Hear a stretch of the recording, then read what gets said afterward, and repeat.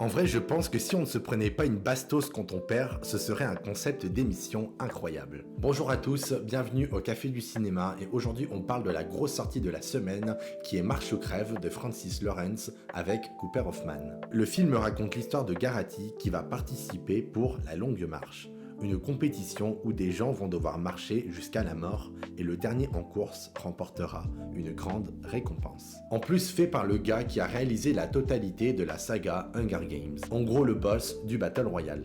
On peut reprocher au film des séquences de dialogue trop longues mais qui servent à humaniser les personnages et que l'on s'attache à eux. Et puis ces séquences de dialogue elles sont vraiment utiles, c'est quand même une compétition où les gens ne doivent que marcher et s'ils marchent moins vite ou s'arrêtent, ils se font tuer. Donc du coup il ne peut pas se passer mille choses. Ce qui m'a touché dans le film, c'est que malgré la compétition, il y a une entraide et une solidarité qui s'installent entre les participants. Ils deviennent amis et créent des liens forts les uns les autres.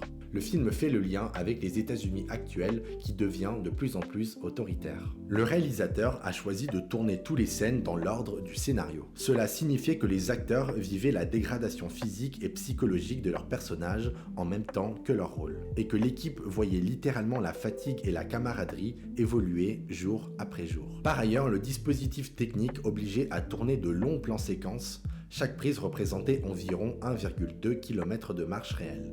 Les acteurs et caméras devaient avancer ensemble sans interruption. Bien sûr, la difficulté du tournage était de marcher des kilomètres et des heures entières. D'ailleurs, le premier jour du tournage, les acteurs ont dû marcher 16 km sous 38 degrés.